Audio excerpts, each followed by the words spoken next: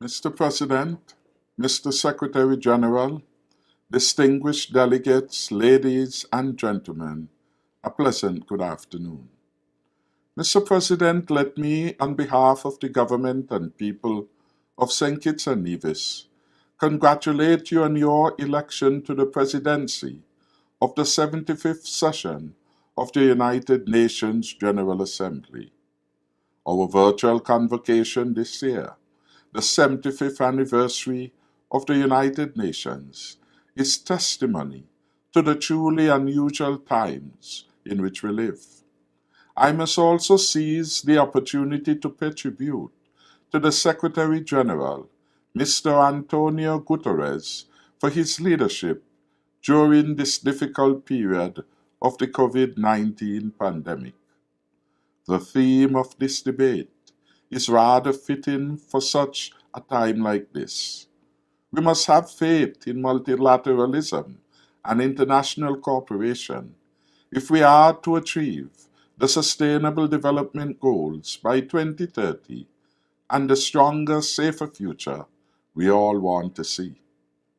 75 years ago, at the twilight of the Second World War, the world came together at another inflection point, and it pledged that, and I quote, "We the peoples of the United Nations, determined to save succeeding generations from the scourge of war, which twice in our lifetime has brought untold sorrow to mankind, and to reaffirm faith in fundamental human rights, in the dignity and worth of the human person, in the equality of rights of men and women, and of nations, large and small, and to establish conditions under which justice and respect for the obligations arising from treaties and other sources of international law can be maintained, and to promote social progress and better standard of life in larger freedom."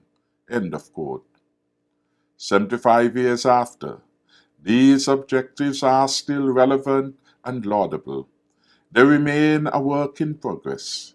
This moment of global reckoning, a moment in which approximately 1 million of our brothers, sisters, friends, colleagues, neighbors, and parents have perished to a punishing pandemic, demands a renewal of purpose and promise.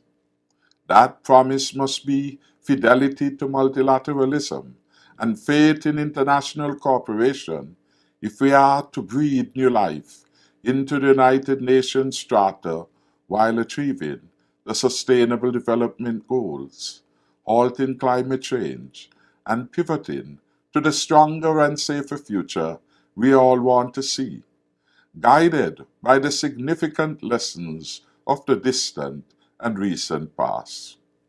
Mr. President, the year 2020 has taught us as a people, nation, and indeed an interconnected world that the time for mutual reliance is upon us, and that we need each other now more than ever if we are to rebuild and strengthen the socioeconomic foundations laid bare from this two-fanged crisis. The time is now. We must show up. We must speak up. We must share.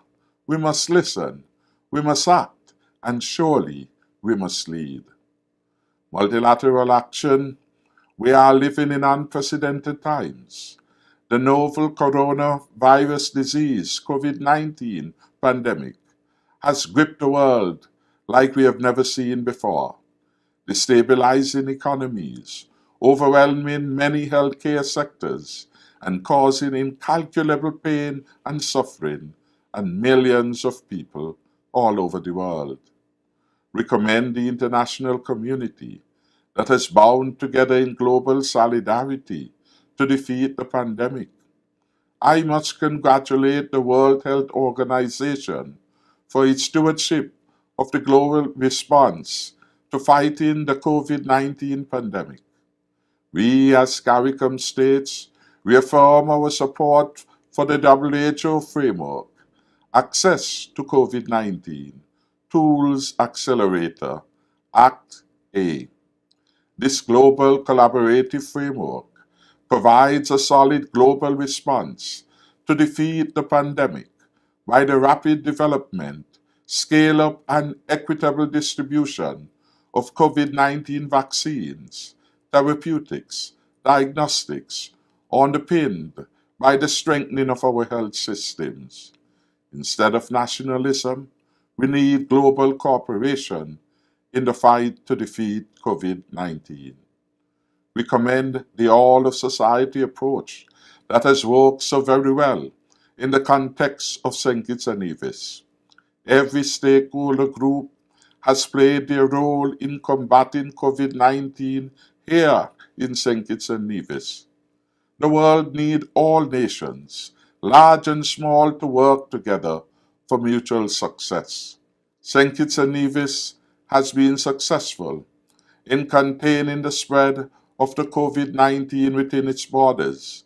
Our Twin Island Federation has been fortunate to record a low infection rate with 0 deaths and have an R value below 1.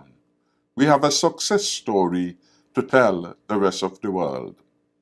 The implementation of a national response mechanism comprising of the establishment of a National Emergency Coordination Committee, the closure of our borders to non-essential travel, the imposition of restrictions on the physical movement of people within our borders, as well as the promotion of protective wear and a robust public awareness campaign, all played an exceptional role in our considerable success.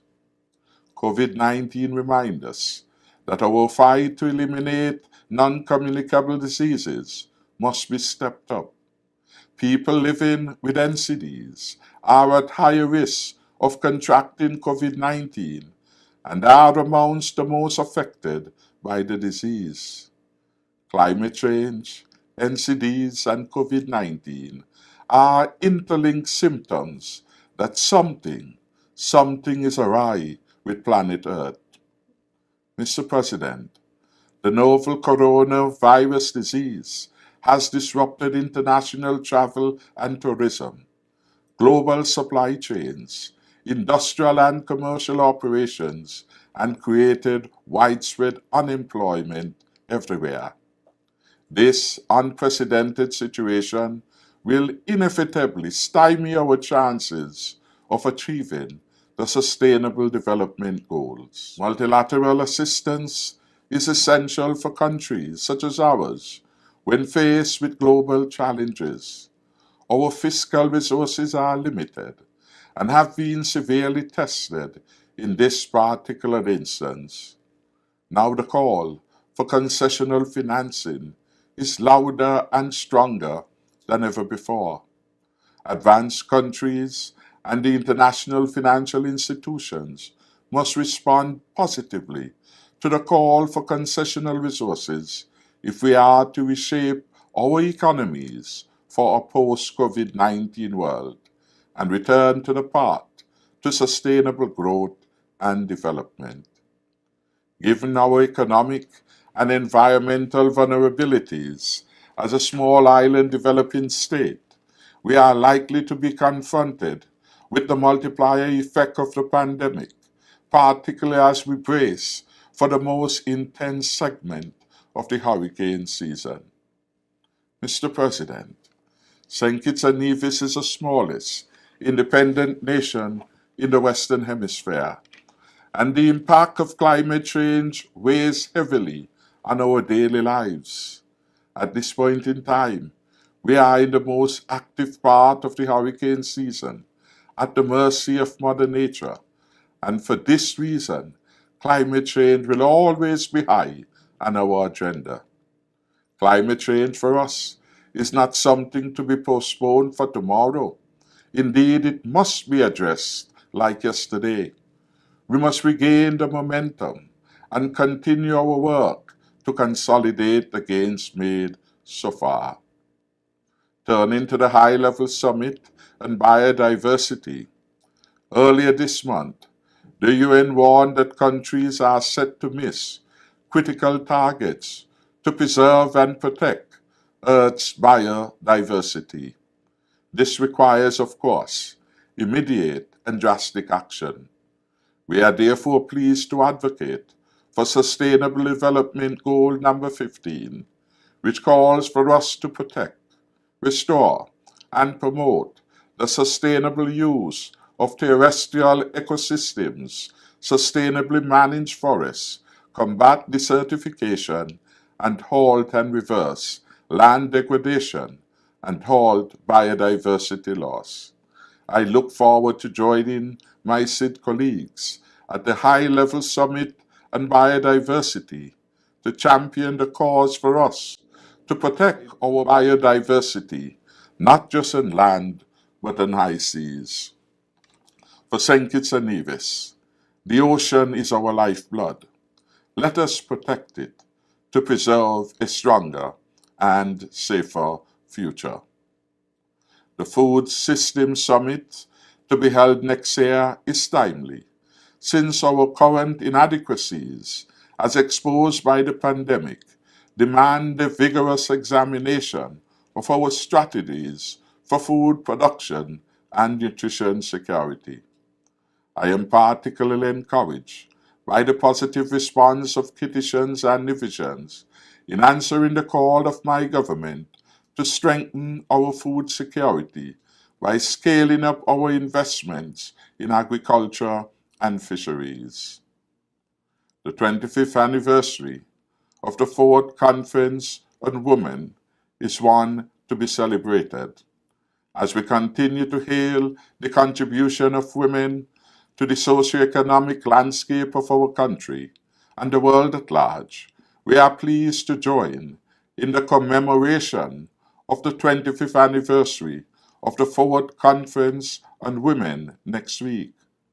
Earlier this year, we commenced our examination of the national implementation of the Beijing Declaration. The findings reveal that the Federation of St. Kitts and Nevis has much to celebrate regarding the advancement of women over the past 25 years. But of course, there is still much more ground yet to be covered and many trails yet to be blazed. Through the implementation of our national gender policy and other legislation and focus attention on the Beijing Declaration 12th Action Point, the Girl Child, we will continue to prioritize our pursuit of gender equality and the empowerment of our women and girls. Mr. President, St. Kitts and Nevis once again renews its call for Taiwan's inclusion in this international fraternity of nations. The Republic of China, Taiwan, remains a valuable partner for peace, prosperity, and development with the fullest respect for the rule of international law. Taiwan has stayed through its long-standing traditions and has remained a true partner in the fight against COVID-19. We have seen firsthand Taiwan's exemplary management of the pandemic within its own borders, and we have been impressed, quite frankly, by its willingness to help vulnerable states all around the world. Taiwan has assisted many states in combating this unprecedented health pandemic by sending more than 51 million surgical masks, as well as other medical equipment, to more than 80 countries. In our view, the international community has been deprived of the gift of true partnership offered by the 23.5 million people of Taiwan. My hope is that Taiwan can be included in the UN system, particularly the WHO, its meeting, its mechanisms and activities, thereby improving the global response and resources available to address transboundary crises such as the COVID-19 pandemic. The exclusion of Taiwan, its experience, its expertise and resources, in my view, leaves a partial vacuum in the global response to COVID-19. The World Health Organization can only benefit from the inclusion of such a worthy member. Equally, the existence of the antiquated embargo against Cuba, in our view, flies against the spirit of global partnerships which we desire in the future. At this time more than ever, vulnerable nations must be free to access Cuba's expertise in health and a myriad of other areas of global concern. In conclusion, this has been a very difficult year for all of us, but it also must be the year we can recommit to the United Nations and its lofty ideals. We must, through comprehensive reforms, make the UN system fit for purpose. We will have to look beyond antiquated frameworks and look to new socioeconomic models and rely on global cooperation to build a better world. Global threats to people and the planet are multiplying, and the United Nations in its 75th year must be resilient and innovative to help in this crisis and future crises. Strengthening global solidarity and cooperation, therefore, must be paramount for the United Nations. The United Nations creates the perfect environment to marry collective action and solidarity with multilateralism. We welcome the UN 2020 Future Possibilities Report, which provides a good guide on how governments can make certain changes to their economies now. However, there must be much more dialogue and commitment if we are to experience real change. The gravity of the pandemic has been laid out in several United Nations resolutions on COVID-19. And while we take action on them all in the General Assembly Hall, let us remember and commit to what they are all about, while remembering at the same time that we are all rise on the same tide. I thank you, Mr. President.